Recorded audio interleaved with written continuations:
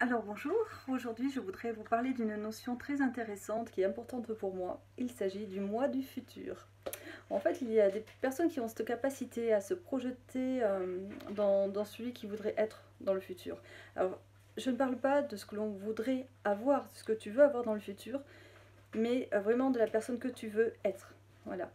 Euh, Par exemple, on peut se poser la question, tiens, aujourd'hui, comment se comporterait, par exemple, mon moi du futur? Comment il s'habillerait? Quel choix il ferait? Si on a une opportunité qui arrive, ben, qu'est-ce que choisirait mon moi du futur? Voilà, comment il priorise sa journée? Comment il s'organise? Comment il se stimule et se challenge? Voilà, quelles sont les personnes dont il s'entoure aussi. Souvent, en fait, je pense que je passe beaucoup plus de temps que la majeure partie des gens en fait, à me connecter à ce moi du futur et à justement me demander voilà, continuellement ben, comment j'agirais si j'étais le moi du futur. Euh, En fait, le fait de se poser la question, déjà, ça nous permet de le devenir. Ça crée une connexion avec lui. Voilà, personnellement, moi j'adore faire ça. Je suis même allée jusqu'à. En fait, j'ai épousé le moi du futur et du coup, j'ai vraiment un anneau, vous voyez, qui me rappelle continuellement en fait que je peux me faire confiance et qu'il est là pour me guider, ce moi du futur en fait, et que je vais inexorablement dans cette direction-là, que je m'impose, que je me choisis. Et voilà, parce que ce sont mes décisions.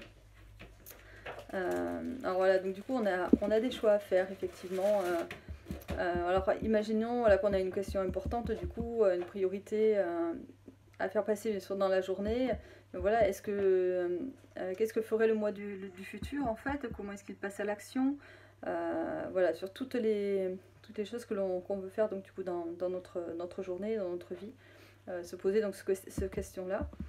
Et même si on se sent un peu freiné, parfois, bon, parce qu'on n'a pas l'habitude de faire certaines choses, il ne faut pas hésiter à se lancer, à sortir de sa zone de confort, à y aller. Moi, je sais que faire cette vidéo-là aujourd'hui, de suite, c'est vraiment pas simple pour moi. J'ai beaucoup de mal avec mon image, j'ai toujours peur d'oublier des choses, d'oublier de dire des choses que je veux transmettre. Bien sûr, c'est plus simple d'écrire.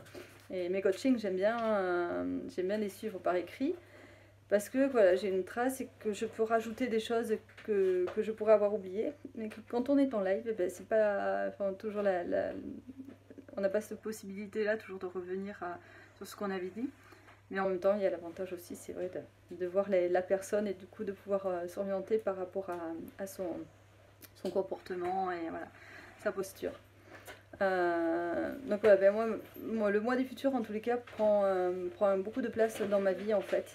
Et j'aimerais qu'il prenne de la place aussi dans la tienne. Donc voilà, ben, écoute, je te rappelle déjà les basiques. Donc voilà, pour rester dans une super énergie, la posture, se tenir droit, voilà, respirer, orienter ses pensées sur quelque chose de positif. Si possible sur le mois du futur, c'est pas mal aussi. Voilà, en fait, voilà, essayer de se demander ce qui crée de la gratitude en fait pour nous aujourd'hui dans notre journée. Et voilà, après, ben, savoir être un leader, c'est ça aussi, savoir d'ailleurs être un leader pour sa vie, sa propre vie, de ne pas laisser les autres la choisir pour soi. Et donc voilà, je t'invite à te connecter du coup à la personne que tu as envie d'être, voilà, surtout, et voir si tu peux commencer déjà aujourd'hui, pas à pas, à te connecter à cette personne et en fait à être déjà cette personne au quotidien. Voilà. Ciao.